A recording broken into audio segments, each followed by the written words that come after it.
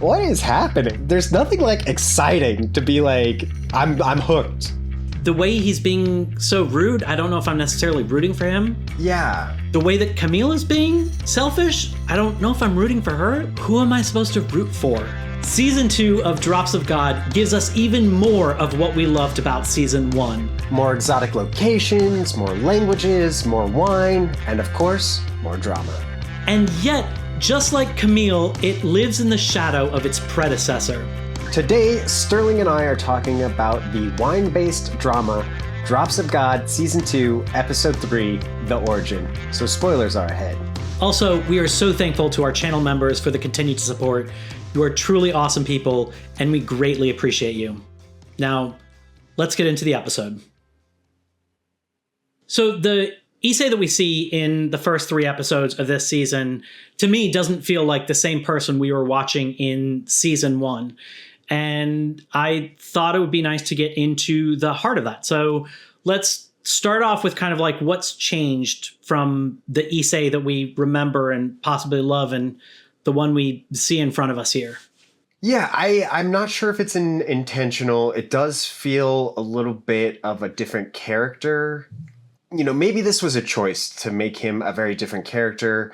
In the first season, he is very cool. He's smart. He is like a force to be reckoned with. He is well put together. He's very confident. And in this version, it does seem almost like he's been neutered. I know that's kind of a weird way to say it, but he feels weaker, less confident, less directionless. It's not just that, because I can potentially see some of that being written off by what has happened to him, you know, which Correct. we'll kind of talk about.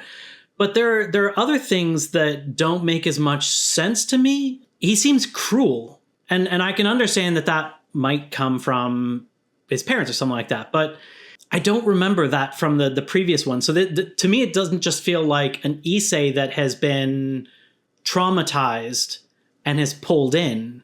Right. He's also lashing out. You know, he's doing things that are kind of intentionally, like he's trying to shake Camille from his tail.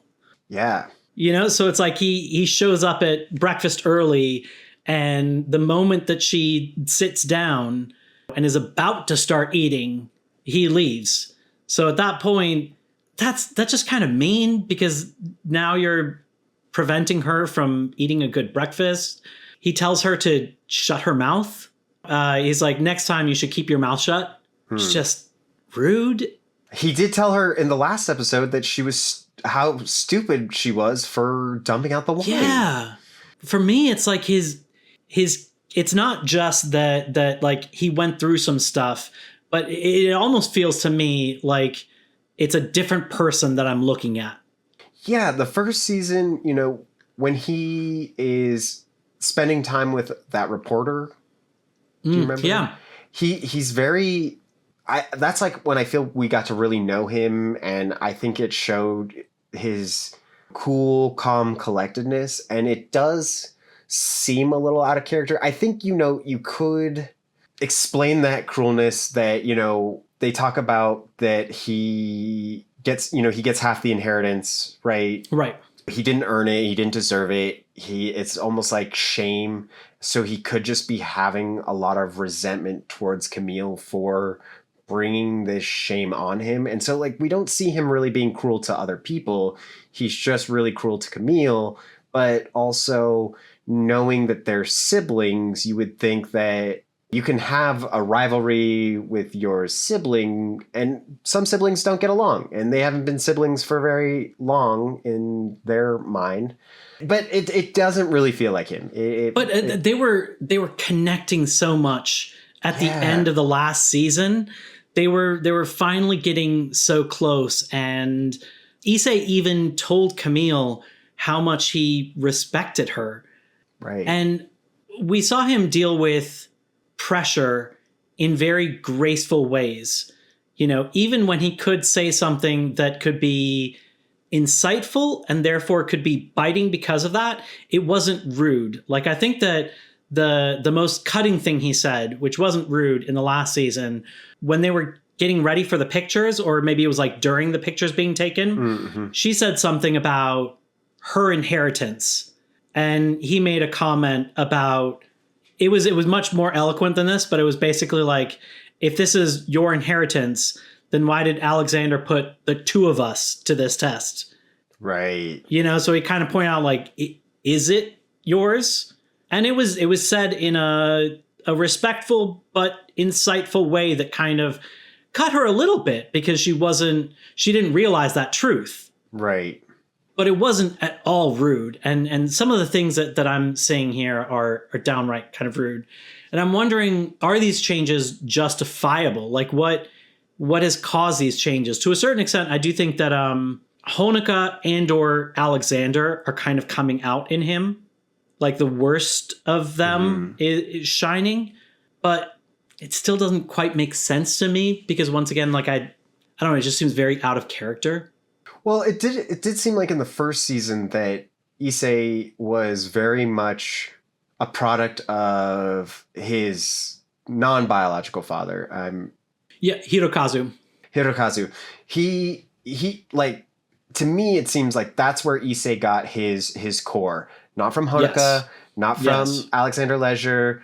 It was from, that age-old tale, nature versus nurture. And so it does feel like he is not being that person. And even in like the first episode, we do see that respect with Camille as well. Like, they get each other the same pajamas. They're celebrating their birthday. They're excited to see each other. And it really isn't until this next step from Alexander Leisure has created this meaner version of Issei, but also doesn't feel like he would do that based on this one challenge. Like, it wasn't like in the first challenge for the inheritance, he became a cruel person because he felt like he was deserved this inheritance. And almost with this quest, he feels like he deserves to go on this quest, even though technically the note is for the winner of the inheritance. Right. So it does seem really odd that Issei is being as cruel as he is to Camille. It does. There is one other possible thing that I can see that could be bringing this about. I still don't agree with it having it be this much of a personality shift, but there was one line that really kind of stuck out to me. When he was talking to Tamar, he said, I think it was when he was talking to Tamar, something grabs me and keeps me underwater.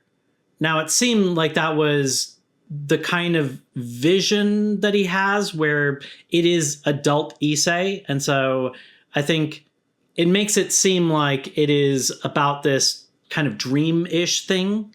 But I do wonder if there's any way that this is somehow a reference to the childhood trauma.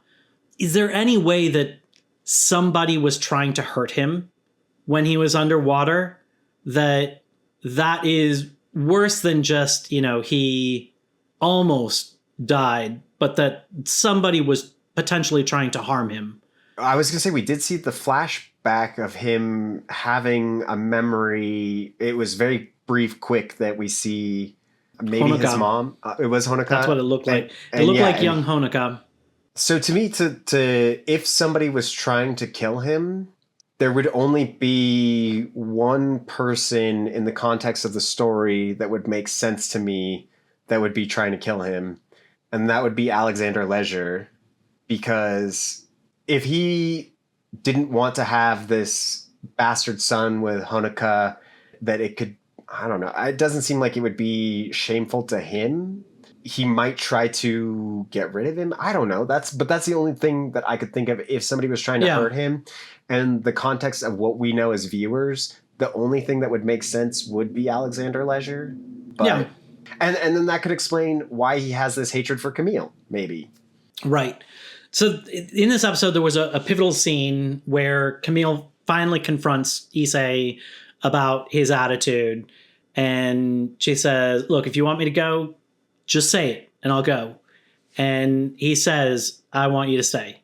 Do you think that being called out finally changed him and we hopefully don't see him being negative, at least with Camille? Or do you think that we're still dealing with more of this? I mean, it's hard to say, because I do think if you look at the show as a whole, it does seem like they are trying to set up this antagonistic role between the siblings. Yeah. That this is going to be a continue through line throughout the season. But then after this episode, it seems completely different of what maybe the threat is and what needs to be worked on or dealt with. So I think that if they do completely change him after this, then I think that the first 3 episodes kind of feel like a waste of why he was so angry in the first place. Like, oh, yeah, you just told me to be okay, and I'm all right. I don't know why I was upset by it. I'm just gonna forget it.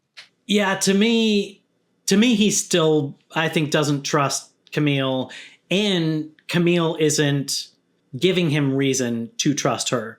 He had another one of those situations where he needs bed rest, and so he needs time. He's made it clear how important it is for him to discover these things, and she absolutely continues forward and is like, okay, I'm just going to keep investigating, and maybe I solve all of this on my own while you're recovering, which would make the problem worse. Yeah. So I don't think, unfortunately, that he trusts her. I think this is kind of like a temporary truce, but I think she is still doing things that are hurting him. And I think that he is going to break again and say and do more rude things. So I think the drama between them is going to be stretched out longer in the season, I think. I mean, that would make sense, because I feel the first season focuses a lot on the rivalry between those two. And so if you are, instead of going a completely new route or a way to write this story, I think writing on the coattails of like, oh, our 2 main characters are at odds with each other. How do we reconcile this? I think is probably what they're trying to do in the second season, even though it seems like there could be a bigger bad in this season. Yeah. I've got issues with that, and I'll get into that a little bit more once we've talked about Camille. Okay. So there's a great moment in this. There's a headline that calls Camille a spoiled brat. And while I think that this clearly is, at best hyperbolic or reductive, I still think it's a good kind of like framing method to kind of discuss her and to look at how she's been so far this season. So let's start with like what that headline implies about what she's going through right now and how she is potentially being viewed by others, especially in the wine world. I mean, yeah, I think that, say you are somebody that has been in wine for a long time, you have this leisure guide that has been this looming presence on your winemaking ability, and you want to produce the best wine, and you want to get into leisure, and the leisure's guide. If you win an inheritance and then start trying to be like, oh, I am Alexander Leisure. I have the backing of all of his wine collection and his money, and I should be on top because I am Alexander Leisure. But like, her whole life wasn't wine. Right. This has only been a recent thing. And so I do think that the wine community could view her as, who is this girl? She hasn't made wine. She never had any access to this. Oh, so she won the inheritance and now she thinks she's top dog of wine. That's a sense of entitlement and potentially where the spoiled brat moniker comes from. I think that it makes it clear, and especially with the dinner scene where David says she's from the Leger Guide and the other guy's like, oh, the Leger Guide. That in conjunction with, I think, episode 1 when the Leger Guide is brought up similarly. Like it's really making it clear that everybody knows about, in the wine world, knows about the Leger Guide. I know they kind of said that season 1, but we didn't really see it. Mm-hmm. And now we're seeing it where everybody, as soon as they hear it, they're like, oh, that's serious. So it's really showing that like she does have the power of the Leger Guide, the fear of the Leger Guide. Everybody knows about that. But at the same time, they're looking at her as like, but who are you? Like, yes, we've got to be careful around you because of the power you wield, but they're not necessarily taking her seriously. I think this was supposed to be one of the ways that they were raising the stakes is, you know, in the previous season, there was like the big competition that everybody's watching. Right. And that's what, like, that really made it feel like you could really fall on your face here. Like whoever loses is going to lose very publicly. And so I think that kind of raised the stakes. I think they're kind of trying to make it feel the same way, that even though there's not a public competition, the wine world is watching her because of the Leger Guide. And so anything that she does, they're going to judge her about. And they're already judging her, but they're judging her through this harsh lens. And so I think it's one of the ways they're trying to like kind of amplify that tension and raise the stakes a little bit. But for me, it doesn't quite hit the same.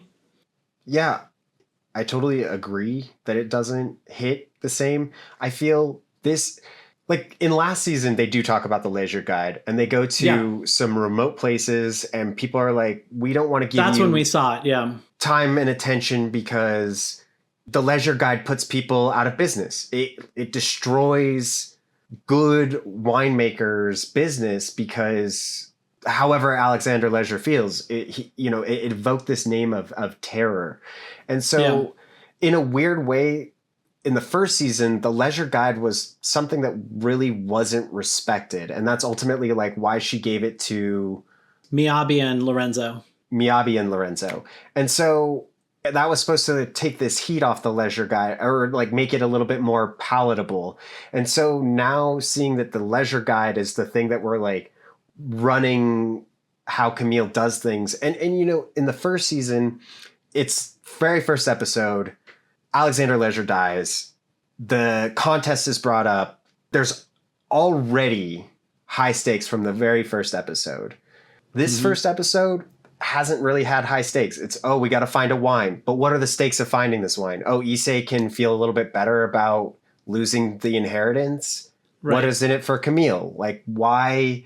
What is so important about finding this wine? There is no like, we need to find this wine to save somebody's life or to win this inheritance. It's very much like, oh, let's go on a fun adventure and go try to find this wine. Very low stakes.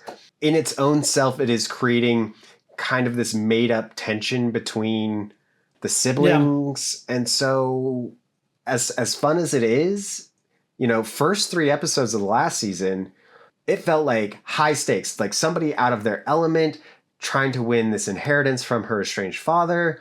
They had to do a wine heist for a smell. Very much seems like this is intense. We got to get through this. This is kind of like, meh. Maybe we find the wine. Maybe we don't. What is the pressure of time? There's not a pressure of time. Right. We're not under the gun for any reason. Yeah. I'm curious. Do you know, this article that calls her a spoiled brat, do you think there is truth or not truth to it? And like what truth or not do you think there is? I do kind of think she is a spoiled brat a little bit. You know, I think, you know, somebody that was not in wine at all, she wins this competition. Now she's the biggest wine person to exist. And, you know, especially with this whole trying to figure out this new wine, it seems like she didn't care in the beginning. Yeah. She said, I don't want anything to do with this. I want to get rid of all of everything that is attached to my father. And now she's, oh, I have to find this wine and I have to do this. And even when she talks to David about this farm that she wants to save, which I respect that. Great. Like that she wants to save this vineyard. I'm all about it. But then she's like, I'll buy it from you. I can afford it. I know. And I'm just like, okay, now you have a bunch of money. So now you can That's daddy's money. I know. That's not her money. She didn't earn. I mean, she did earn it, but not really. No, because of the last test, I don't think she earned it. Everything True. up to that, if there had been a proper tiebreaker or whatever that was called, that sudden death, that's what it was. If there was a proper sudden death, I'd say you kind of mostly earned it, but I don't know. That was like, what, a month worth of tests for a lifetime of money? I still don't necessarily think that's like earned. True. Yeah, I do think she's spoiled. And that moment that you mentioned where she just says, like, I'll buy it. Look, I know that this is her money. She is not married to Tomas, so she's not required to run things by him. However, I think she is, I think they are engaged. Yeah. So I do think it's kind of rude not to run something that big by him. Plus, maybe she has a ton of money, and so maybe it's not a big deal. But I do think that those renovations that they did to the winery must have been massive. And if you have something that big, you need a decent savings egg in case anything happens to deal with that. Because if something happens with your crazy expensive equipment, you are going to need to spend money to fix that. So I think it's very, it's just not very smart to just willy-nilly without consulting your fiance to be like, sure, I'll pay for that. On top of that, her fiance needs her back home. There are things that they have committed to with their business that she is just shrugging off. And I have issues with her, just like I have issues with Tomas. And Issei? You have issues with Issei, thank you. Yeah, no, Tomas has done nothing wrong. Tomas. Tomas is great. Tomas is great. Tomas. You're right. Little flirty with Camille season 1 while he was with his girlfriend at the time. That's my one issue, but he didn't actually like cheat on her. And he did break up with her. So good on him for that. But I think that's one of my biggest issues with this season is, who am I supposed to root for this season? Yeah. Alexander Leger was kind of the bad guy. He'd occasionally look better at points, but he still was kind of the one that, I know that they were battling each other, but it was rarely that there was like real bad blood between the two of them. That was more of like a rivalry. Yes. And Alexander Leger was the antagonist. Alexander Leger was the antagonist, or at least like the machinations that he put into place before his death was kind of like the real thing she had to struggle past.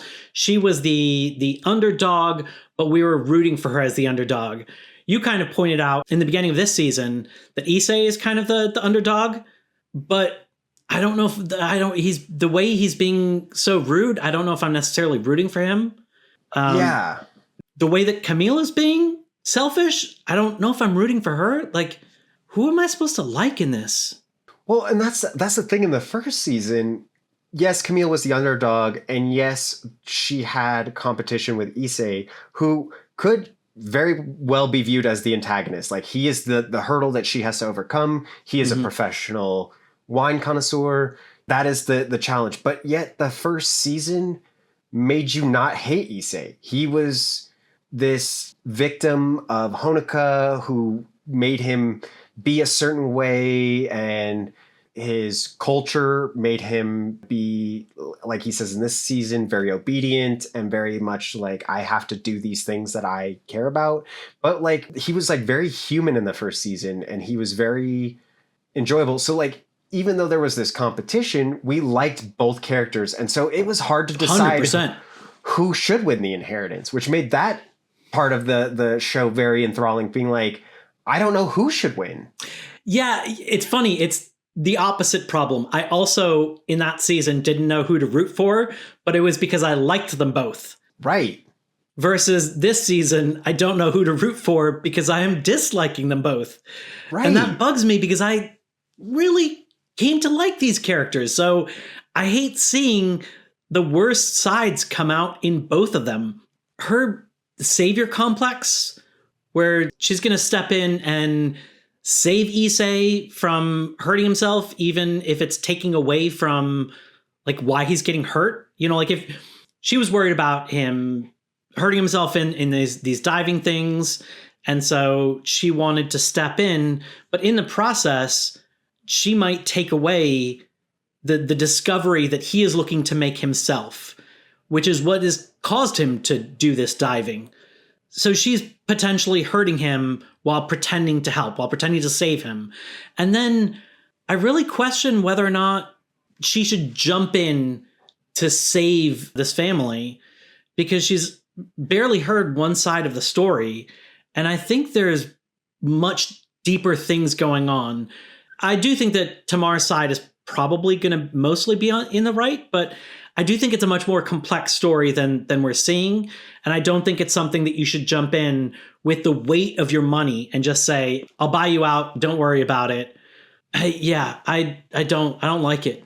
Yeah, I do think that both, it is hard to enjoy a season when the characters that you rooted for from the beginning of the first season, you're kind of not rooting for them. Like I feel like I don't have any stake in this. It feels like there's just a lot of contrived things that have been added, like this contest that happened to be at this exact time, which I don't maybe I missed it, but I watched both episodes twice the first time, and I don't remember ever there being a mention of a specific contest. Like, I know that there was things with like the journal, the reporter that came by, but to me, it didn't seem like there was something that like needed Camille's attention at the winery. I know that they were like just operations, it felt like, but I didn't realize there was like a contest until this episode. And maybe I missed it in the first two episodes, but I don't think they explicitly said that that's what it was, but they did make it clear, because there was another time she shirked her duties and there was somebody there for her, and she was like, you deal with it. Right. So I think that they were like implying that there's something, but they didn't make it clear, I think, that it was the actual contest, you know, coming up, and that she was like very seriously shirking her duties, like not just day-to-day duties, but like a commitment that they made with an outside group that is important to the winery. See, I feel like this episode just threw in a bunch at us to like raise the stakes, but without really building the foundation to make these stakes important. The contest that is now back at her vineyard that she needs to attend to, this random plot of wine where they found this mystery wine. Like, it seemed like everything was built around this mystery wine. Yeah. And then it's, oh, they found this, and now this land is going to be destroyed, and now we have to go fight the evil businessman who is, right. You know, he's so well connected that he knew Camille was going to be there before Camille was even there. He knew who Camille Leisure was. Like, he's 10 steps ahead of them. And both of the main characters, I'm not thrilled about their characters of like who they are and what they're doing. Yeah. So it makes it really hard to feel invested in where the show is going. Yeah. Let's talk a little bit more about the Quest and the Crusade. I loved Tomas's comment, you know, when he said she's finished her quest, but now she's on a crusade. Because I thought it was interesting. It didn't quite land for me. But before we get into the crusade and where this is going, I'm curious, how do you feel about, I guess the quest came to an end? How do you feel about the quest portion? Well, I'm just kind of annoyed with the quest in general. It just, like last episode, it felt like it could have been like a very like Da Vinci Code, National Treasure, trying to figure out this wine. And then it was, they get to Georgia, they go to the monastery, they get ignored at the monastery. They're like, oh, we're hungry. Let's go get some food. Oh, everything's closed. Hey, random guy, can you tell us where a restaurant is? And they're like, oh, come back. Here's the grape. Like, oh, we just happen to meet the guy that's family has the grape. And I don't know. I just feel like it was anticlimactic. Like, set up as Alexander Leisure has one more challenge. Can you find this wine? If you can find this wine, then you're better than him. And we found it, third episode. We got it. Not only that, what I think is even funnier than that, it makes it even more anticlimactic. You said it. Alexander Leger, greatest world in mind in the wine world, couldn't figure out where this wine came from can you, Camille? Right? And Camille isn't the one who found it. In the end, Dai's fixer is the one who found it. He's the one who, phoned somebody that knew the property and got them there. So it wasn't even them. Honestly, I don't think that Issei really did much this episode. I think the fixer did most of it. He was the one that talked to the monk. He was the one that talked to the guy on the scooter. He was the one who found out, the backdoor access to the grapes. Yeah. I mean, so, you're right. You're right. I do feel it's just, for somebody that had this wine, the greatest wine in the world, couldn't figure out that it was from the Herbamont. Herbamont was grape. Yeah. He couldn't figure that out. He couldn't figure out that it was Herbamont, and then couldn't figure out that it was from this vineyard in Georgia. He could not figure that out. It feels unbelievable. It really does, because it, like you said, it was set up to feel like it was this national treasure thing. But if you look at the steps that they took along the way, yeah, they went a little bit niche. Like they had to realize that it was beeswax and then send that to a laboratory. And then they identified a flower. But it wasn't, I don't know, it wasn't the most hidden thing where it's like nobody could have figured this out. It was, okay, it took a little bit of investigating, but honestly, I think any private eye could have probably gotten to the bottom of this. Pretty easily. It does. I don't know. And that's what's kind of bothersome, is that the first 3 episodes, which I think, is this season only 8 episodes? I think so, yeah. 8 or 9? Or 8, maybe I think 10? 8 episodes. So let me get this straight. We're going to take basically half of the season to set up this quest, this whole thing that we're going on, and then finish that halfway through the season and be like, actually, there's a real bad guy, David. He's trying to kill the vineyard. And like, what are the chances of that? Like, right when they're coming up to find this wine that Alexander Leisure couldn't find, as soon as it's found, it's like, well, now it's in threat of being destroyed. And I don't know. Right. I just feel like it just seems very contrived. Yeah. So then moving on to, where it's transformed into, it's moved from, they found it. Good job. They found, not technically them, but whatever. It was found. Now we're on to the Crusade. What are your thoughts on this portion? I think it could have been very interesting. Like, I think that this seems like a more interesting plot device, I think, of like, oh, here's this really cool grape, this really cool wine variety that is only made in this one spot. And now it has the threat of being taken over by a businessman. Like, this seems like a very interesting story.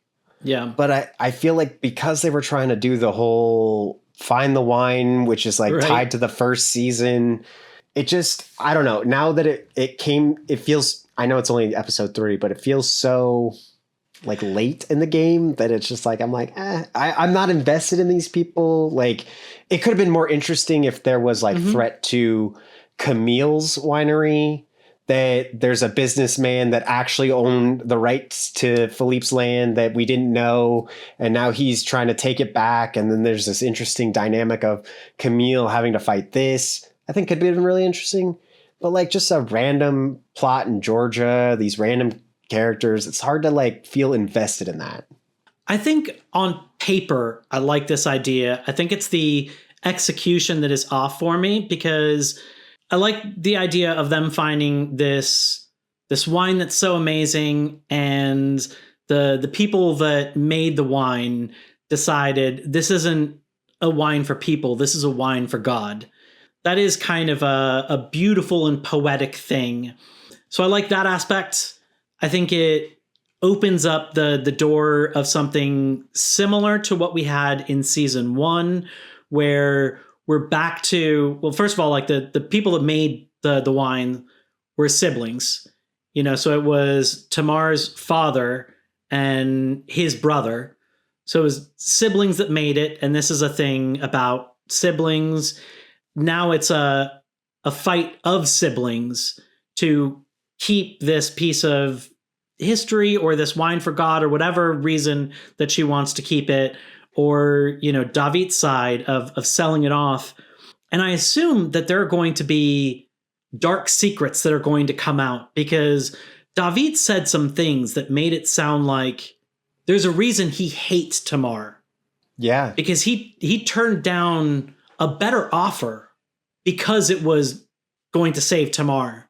So we're going to get, I think, some of that kind of like we did in season 1, where we see interesting backstory, which changes our perspective, family drama, family secrets.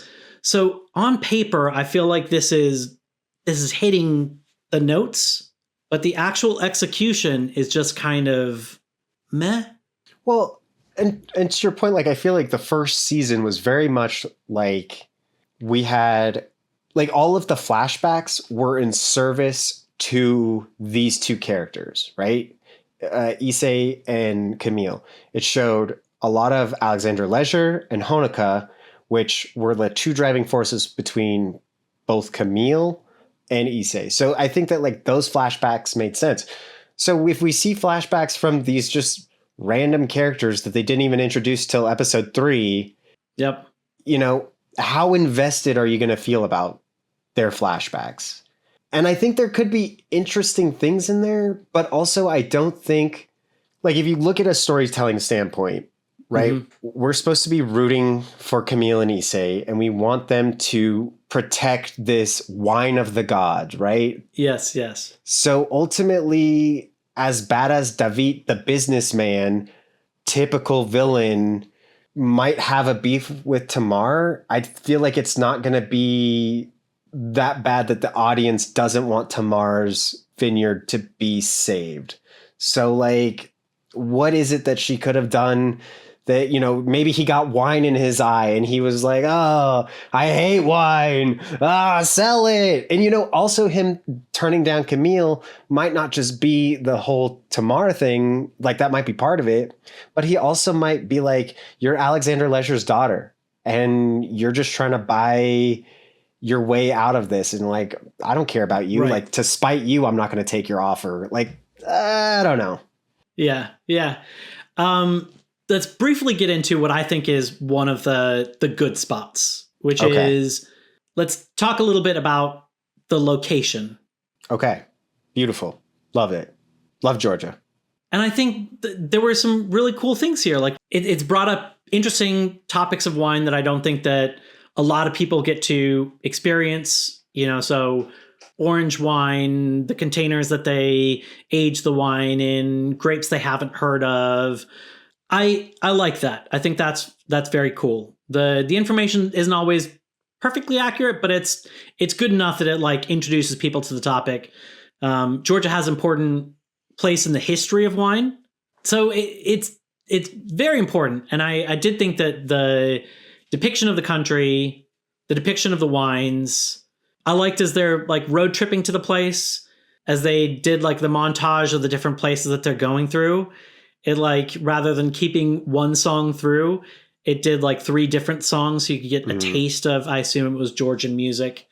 We get to see, like, the Supra. Yeah. Which was a little taste of, like, Georgian culture. Like, I feel like Georgia is a very not, publicly well known, especially in America. I don't think a lot of people think about Georgia on a regular basis, and you don't see it depicted in a lot of media. And so, like, seeing the Supra, and then, like, what it means to invite guests to the Supra, and you got to see a lot of cool parts of the culture of Georgia and how it relates to wine and their view of wine, and how, like, one line that stuck out to me was, and I forget exactly how it went, but it was, there's no, like, definitive wine. Like, once the wine's gone, it's gone. Like, they're not always making, like, the same wine. Like, it's always, like, this timeless wine that they use it and it's gone. Yeah. Kind of thing. So I thought it was a beautiful depiction. I think this was another situation where they were looking at what was interesting about season 1 and saying, let's do more of that. Yeah. So, you like the exotic locations? here's more exotic locations. Sure. Although it's also one of the areas where, and I didn't notice it until the second viewing of this third episode, that I finally noticed that while they're giving us more locations, because they're keeping Issei and Camille together for the most part, it also means that the show has much more English than it has French and Japanese compared to last season. There were entire episodes where there was little to no English. And me personally, I think that was part of the charm that made it feel much more multicultural versus like this.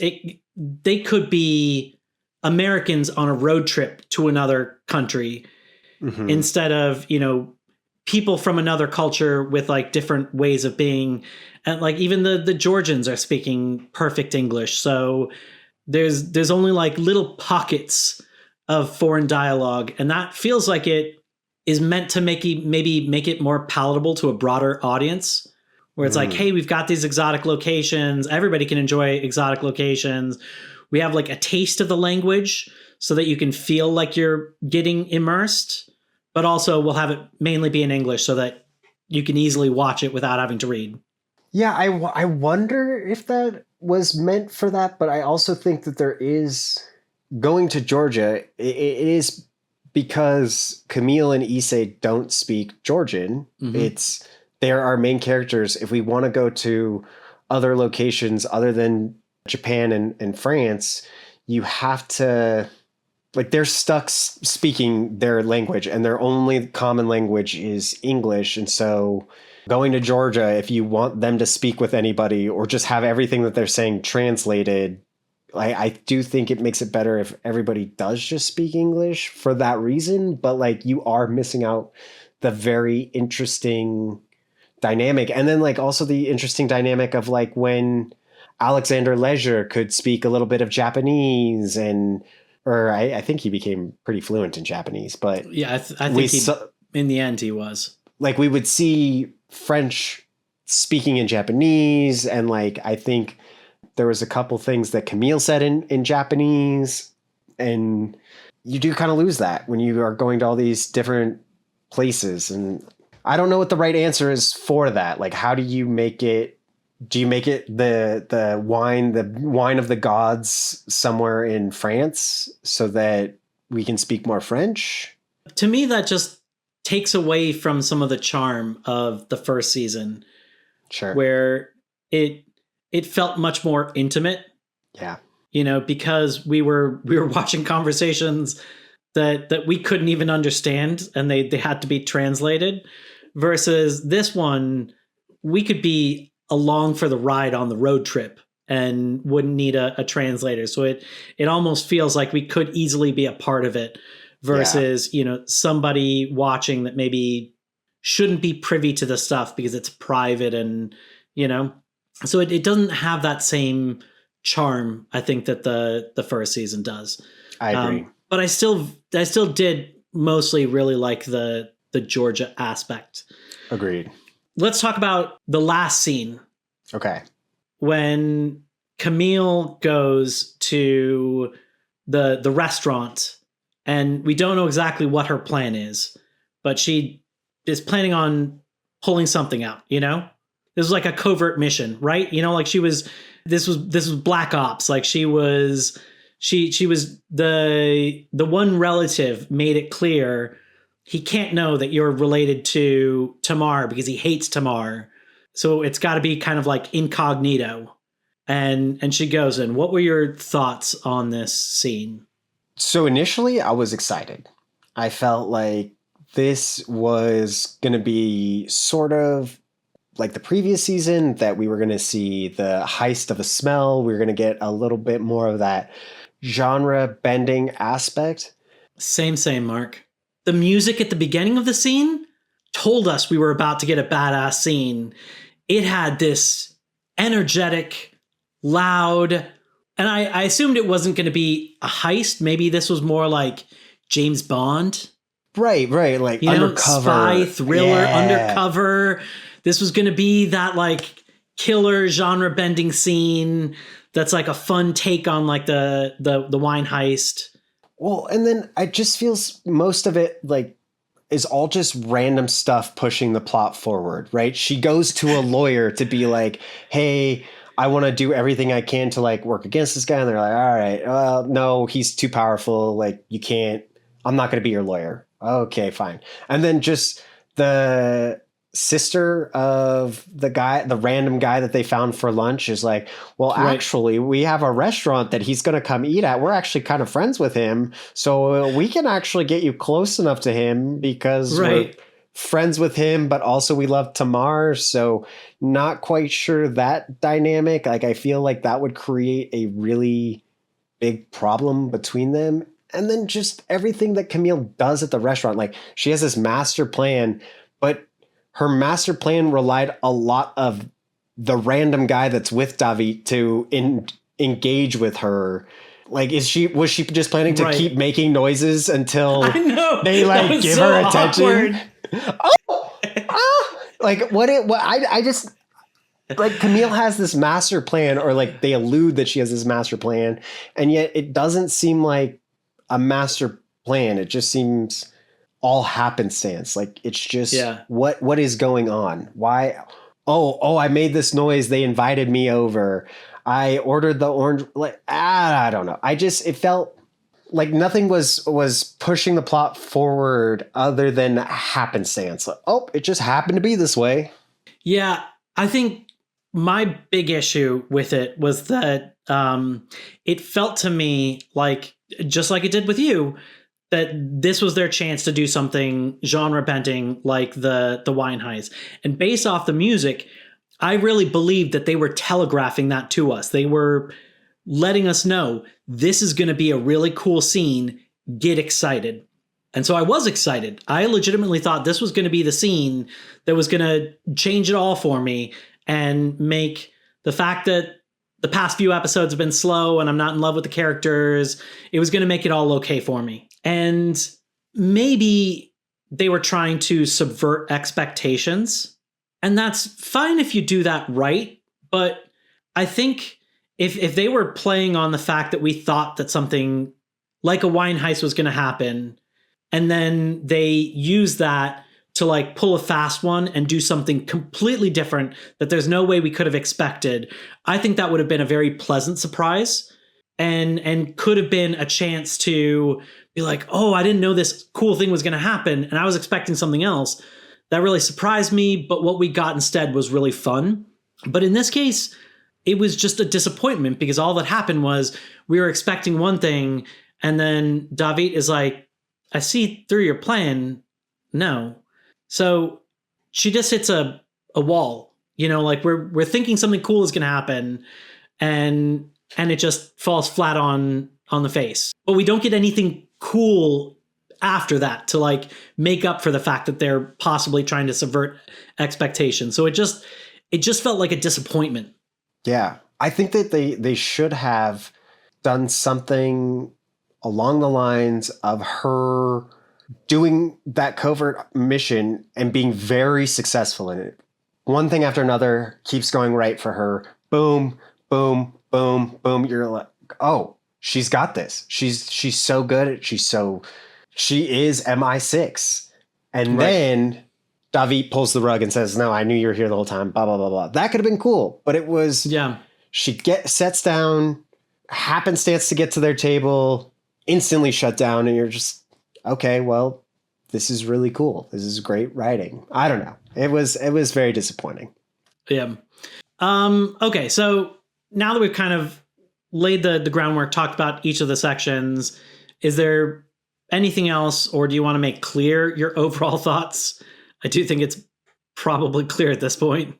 All right. Final overall thoughts. I will say, are there worse shows? Yes.